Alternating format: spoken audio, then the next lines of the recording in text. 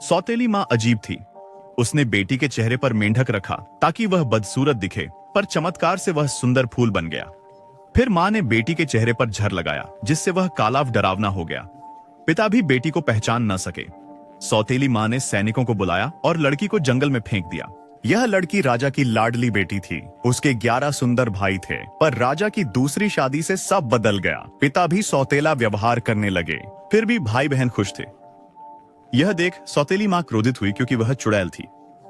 लड़की को बाहर ले जाकर उसने 11 राजकुमारों को हंस बना दिया। महल से सभी उड़ गए। लड़की जंगल में भटकती हुई एक झील किनारे पहुंची। उसे समझ नहीं आया कि पिता ने उसे क्यों नहीं पहचाना। वह रो रही थी, तभी एक बूढ़ी औरत आई। लड़की ने पूछा, मेरे 11 भाई देखे हैं क्या? बूढ़ी ने कहा, भाई तो नहीं, पर 11 हंस दक्षिण की ओर उड़ते देखे हैं। लड़की समझ गई कि वे उसके भाई थे। बूढ़ी उसे घर ले गई और बोली, यहीं रहना, भाइयों का ध्यान रखना। साल बीते, लड़की बड़ी हुई, पर जब भाई लौटा तो उसे लगा बहन महल में है और चुड़ैल उसे भगा देती थी।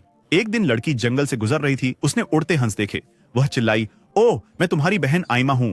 हंस नीचे आए, पर उसे पहचान न पाए। अचानक आयशा को याद आया कि पिछले साल उसने एक घायल हिरण को रहस्यमयी झील में कूदते देखा था।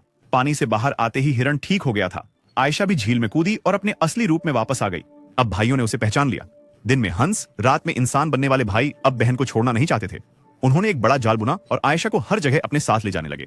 एक रात वे समुद्र के ऊपर उड़ रहे थे, जब उन्होंने एक रहस्यमयी चट्टान देखी जहां वे उतरे। एक कौवा पेड़ पर बैठा था और बोला, मैं तुम्हारे भाइयों पर लगे श्राप को तोड़ने का एक तरीका जानता हूं। कौवे ने आयशा से कहा, गणमुरी पर्वत पर एक जादुई घास उगती है। तुम्हें उस घास से 11 कपड़े बुनने होंगे। ये कपड़े भाइयों को पहनाने पर वे हमेशा इंसान रहेंगे। पर एक शर्त है, इस दौरान तुम बोलोगी नहीं, किसी से झगड़ा नहीं करोगी।